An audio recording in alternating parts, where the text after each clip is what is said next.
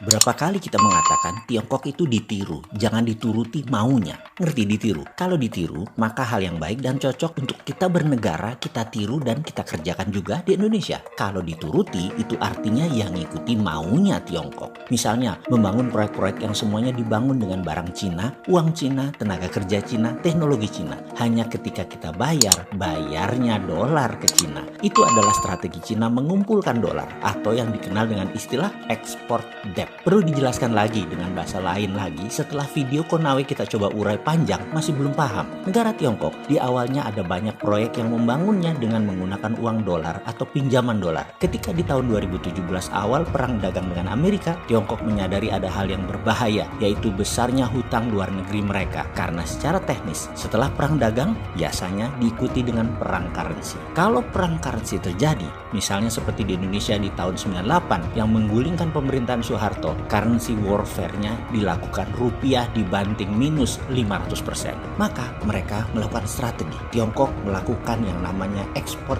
debt atau mengirim hutang ke luar negeri.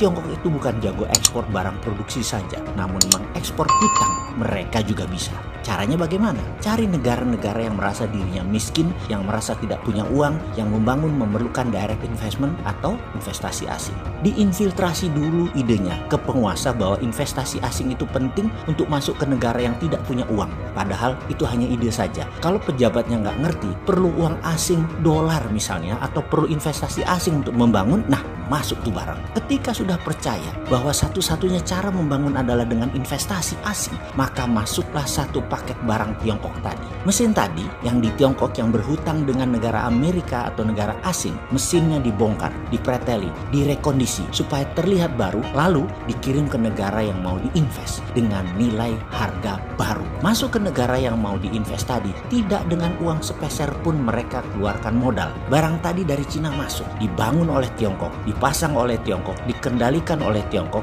dioperasikan oleh mereka di negara lain. Lalu negara yang diinvest tadi senang karena tidak pakai modal, di mana Tiongkok dikesankan sebagai negara komunis yang baik sekali, mau membantu ekonomi negara tersebut. Lalu negara yang tidak mengeluarkan modal sedikit pun tadi mulai menyicil investasi Tiongkok asing tadi dan dibayarnya pakai dolar. Di sini Tiongkok dapat dua hal. Negara yang diinvest menanggung hutang mereka dan nyicili hutang Tiongkok. Bahkan selain melunasi hutang Tiongkok juga memberi kelebihan luar biasa besar uang dolar sebagai cadangan devisa Tiongkok karena untungnya gede banget dari mesin bekas dihargai mesin baru. Untungnya geopolitik dan geoekonomi para pejabat Indonesia jago-jago. Pejabatnya tidak segeblek negara yang terperdaya dengan langkah kolonialisasi 5.0 ala Tiongkok tersebut dengan strategi ekspor debt tadi. Bayangkan kalau pejabatnya nggak ngerti, seperti negara Papua Nugini misalnya yang berhasil dikerjai Tiongkok. Wah, bisa-bisa anak cucu bangsa tersebut bisa menghujat sampai akhir zaman kepada pejabat yang berkuasa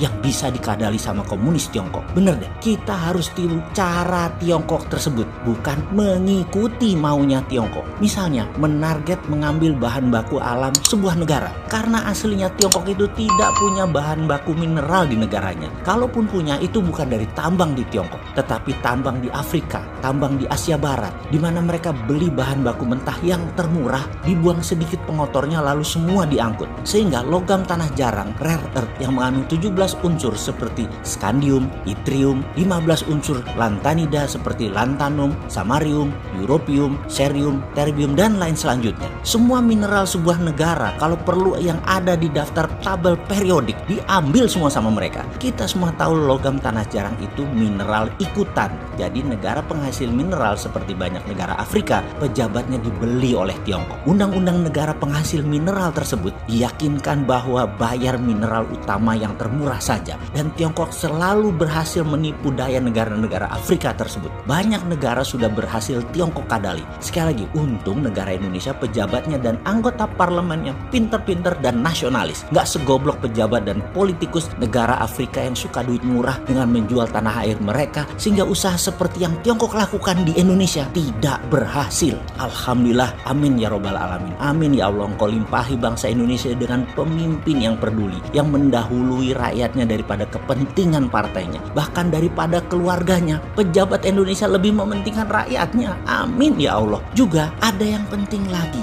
yang wajib ditiru dari Tiongkok adalah bagaimana keluarga pejabat dibawa mengunjungi penjara koruptor. Di sana keluarga pejabat tersebut sengaja diperlihatkan pejabat koruptor yang dihukum diletakkan di penjara yang sangat miris sekali dilihatnya, sehingga badan mereka kurus kering sambil menunggu hukuman mati. Efek keluarga, anak, istri, ayah, ibu dibawa ke penjara koruptor tadi berhasil membuat keluarga pejabat menghentikan niat aji mumpungnya memanfaatkan fasilitas negara untuk kepentingan sendiri atau kelompoknya. Dengan demikian pejabat tidak akan berani korupsi. Kalau sekarang di Indonesia bagaimana?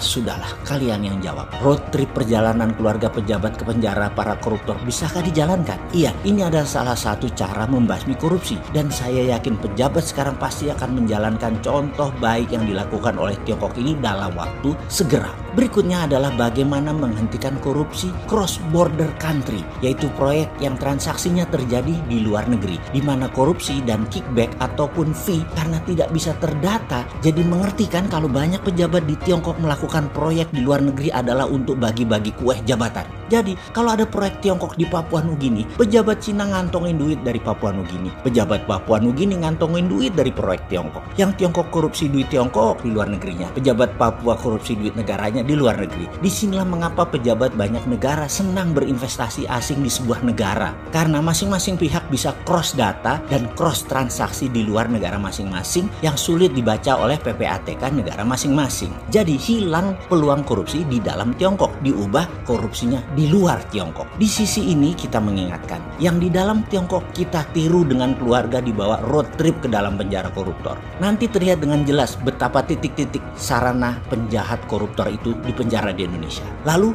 masih bisa main di luar negeri ya ternyata. Lalu bagaimana menyetop sementara cara bernegaranya adalah mengajak investasi asing masuk? Kok jadi serba salah begini ya bernegaranya? Sekali lagi, untung itu semua terjadi bukan di negara kita yang tercinta ini, tapi di negara tetangga yang berdebah itu.